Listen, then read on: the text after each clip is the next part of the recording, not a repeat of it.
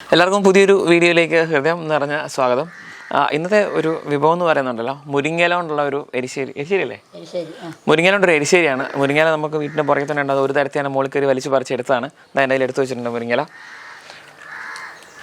എരിശ്ശേരികൾ പലതും നമ്മൾ പ്രിപ്പയർ ചെയ്തിട്ടുണ്ടെങ്കിലും നമ്മൾ പരിചയപ്പെട്ടിട്ടുണ്ടെങ്കിലും മുരിങ്ങയില കൊണ്ടുള്ള എരിശ്ശേരി ഇതുവരെ നമ്മുടെ ചാനൽ ചെയ്തിട്ടില്ല. അതൊന്ന് പരിചയപ്പെടുത്താമെന്ന് വിചാരിച്ചു. അതിന് വേണ്ട ചേരുവകൾ എന്തൊക്കെയാണെന്ന് ഞാൻ ആദ്യം പറയാം. കുറച്ച് മുരിങ്ങയില എടുത്തിട്ടുണ്ട്. ഒരു കപ്പ് മുരിങ്ങയിലുണ്ട്. ഒരു കപ്പ് നല്ല നമ്മളൊരു 2-3 തണ്ട് ഒടിച്ചെടുത്തിട്ടുണ്ട് അല്ലേ. മുരിങ്ങയില എടുത്ത് വെച്ചിട്ടുണ്ട്. പിന്നെ കുറച്ച് തേങ്ങ ചിരവ് വെച്ചിട്ടുണ്ട്. ഒരു ചെറിയ ബൗളിൽ തേങ്ങ ചിരവ് വെച്ചിട്ടുണ്ട്. ഒരു 2 ടേബിൾ സ്പൂൺ ഉണക്കലരി എടുത്ത് വെച്ചിട്ടുണ്ട്. പിന്നെ കുറച്ച് ജീരകമുണ്ട്, കുറച്ച് കടുകുണ്ട്, വറവിടാനായിട്ട് കുറച്ച് കറിവേപ്പിലയും വറ്റൽമുളകും ഉണ്ട്, പിന്നെ വെളിച്ചെണ്ണയുണ്ട്. ഇത്രേ ഉള്ളൂ.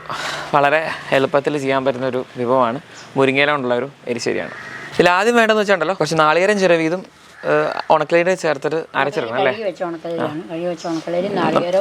ജീരകവും കൂടെ കൂട്ടി അരക്കണം. അതെ. ആദ്യം നമുക്ക് അടുത്ത് കാണിച്ചു കേട്ടോ.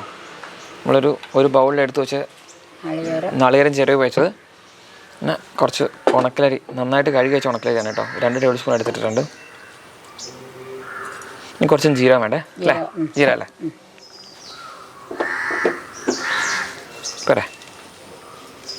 കുറച്ച് ജീരകം കൂടെ ചേർത്തിട്ട്, ഒരു നുള്ളി ജീരകം കൂടെ ചേർത്തിട്ട് നന്നായിട്ടൊന്ന് നല്ല പട്ട് പോലെ നല്ല സോഫ്റ്റ് ആയിട്ട് അല്ലേ അരച്ചെടുക്കണം. ആദ്യം അരച്ചെടുക്കണം.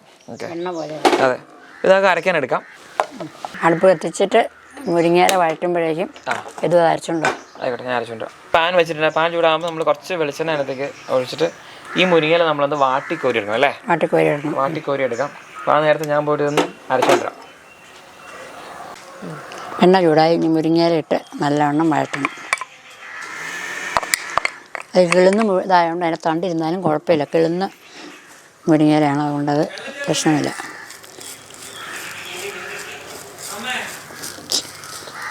ആ വെള്ളം ചേർത്ത് അരക്കണം നല്ലോണം.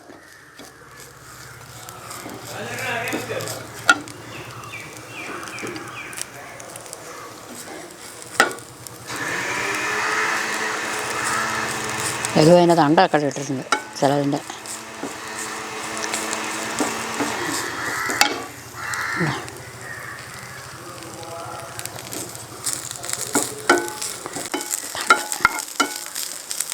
ഒരുവിധം വാടിത്തുടങ്ങി. വല്ലാണ്ടങ്ങ് ഉണങ്ങണ്ട, മുരിങ്ങയില ആയതുകൊണ്ട്. അത്ര എടുത്തെങ്കിലും വാട്ടി നോക്കി അളവില്ല.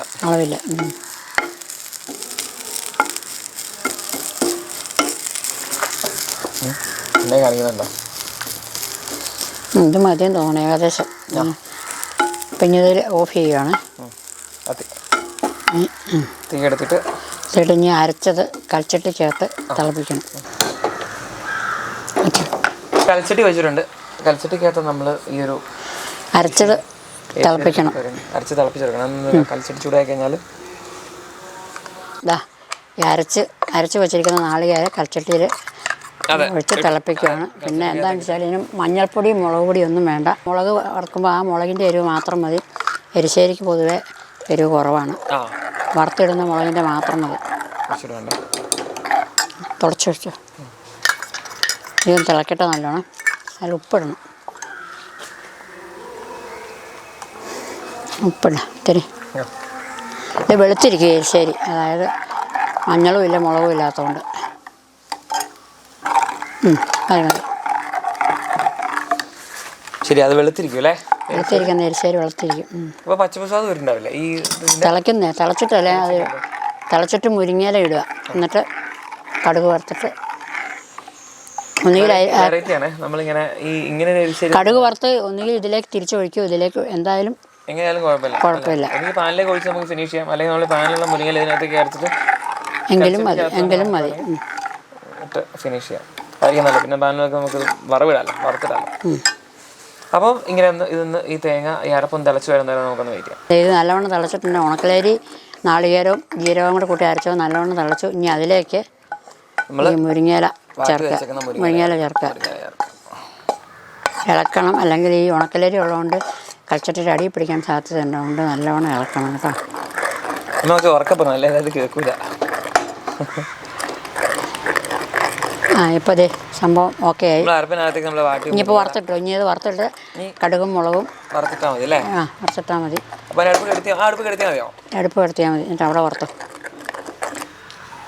കണ്ടോ, ഇത് തിളച്ച് വരുന്നതുണ്ടോ? തിളച്ച് വരുന്നത്. അപ്പോൾ നമുക്ക് അടുപ്പൊന്ന് കെടുത്താൻ അല്ലേ? അപ്പോൾ കെടുത്തിയാൽ മതി. കെടുത്തിയാലും തിളച്ചുകൊണ്ടിരിക്കും. കളിച്ചിട്ട് മുളകിട്ടു, കടുക് പൊട്ടിക്കാകുമ്പോൾ കരിവേപ്പില ഇടാം. എല്ലാവർക്കും വറവിടാനൊക്കെ അറിയാമായിരിക്കും, എന്നാലും നമ്മൾ വെറുതെ കാണിച്ചെന്നുള്ളൂ. അങ്ങനെ ചേർത്താലേ നമ്മുടെ ഈ എരിശ്ശേരി നമുക്ക് ഫിനിഷ് ആവണമെങ്കിൽ. നമ്മുടെ രേവതിച്ചേച്ചി വന്നിട്ടുണ്ട് വീട്ടിലെ. രേവതിച്ചേച്ചി ആരും കണ്ടിട്ടില്ല, ഒന്ന് കാണിച്ചു പോകുമ്പോൾ നമ്മുടെ രേവതിച്ചേച്ചി ഒന്ന് കാണിച്ചു കൊടുക്കുക. കാണട്ടെ ഞങ്ങളുടെ എല്ലാമായ രേവതി. ഞങ്ങളുടെ വീടാക്കുന്ന രേവതി.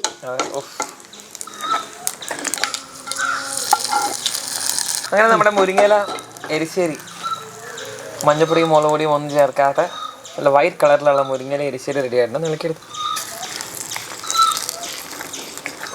മാങ്ങ ചമ്മന്തിയും ഈ ഒരു മുരിങ്ങയില എരിശ്ശേരി ഉണ്ടെങ്കിൽ ഊണിന് ഫസ്റ്റ് കോംബോ ആണ്. പക്ഷേ ഇവിടെ മാങ്ങ ചമ്മന്തി ഇല്ല, ഉപ്പേരി ഒന്നും ഇല്ല. പക്ഷേ ഇവിടെ ഈ മുരിങ്ങയില എരിശ്ശേരി ഉണ്ട്. നമുക്ക് എരിശ്ശേരി വിട്ട് കുറച്ച് ഊണ് വെച്ചാലോ? കുറച്ച് നേരം ഊണ് വെച്ചിട്ട് ഉണ്ടാ.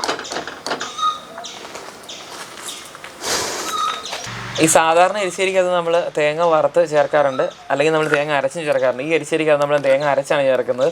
ഒപ്പം നമ്മൾ ഉണക്കലരി ചേർത്തിട്ടുണ്ട്. ഈ ഉണക്കലരിയുടെ ആ ഒരു രുചിയുടെ കിട്ടാനായിട്ടാണ്, ആ ഒരു റൈസിൻ്റെ ഫ്ലേവറോട് കിട്ടാനായിട്ടാണ് നമ്മൾ വേറെ ചേരുവകൾ മഞ്ഞപ്പൊടിയും മുളകും ഒന്നും ചേർക്കാതെ നമ്മൾ ഈ ഒരു എരിശ്ശേരി പ്രിപ്പയർ ചെയ്തേക്കുന്നത്.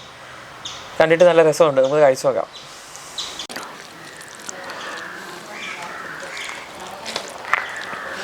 എടുക്കുക, കഴിക്കുക. നല്ല രുചി കേട്ടോ. എല്ലാവരും ഈ ഒരു മുരിങ്ങയില എരിശ്ശേരി വീട്ടിലൊന്ന് ട്രൈ ചെയ്യാം. ഫീഡ്ബാക്കൊക്കെ നമ്മുടെ ചാനലിൽ പറയാം. പുതിയ വീഡിയോസിനായിട്ട് നമ്മുടെ ചാനൽ സബ്സ്ക്രൈബ് ചെയ്യാം. എല്ലാ ആഴ്ചയും പരമാവധി പറ്റുന്ന വീഡിയോസ് നിങ്ങളിലേക്ക് എത്തിക്കാൻ ഞങ്ങൾ ശ്രമിക്കാം.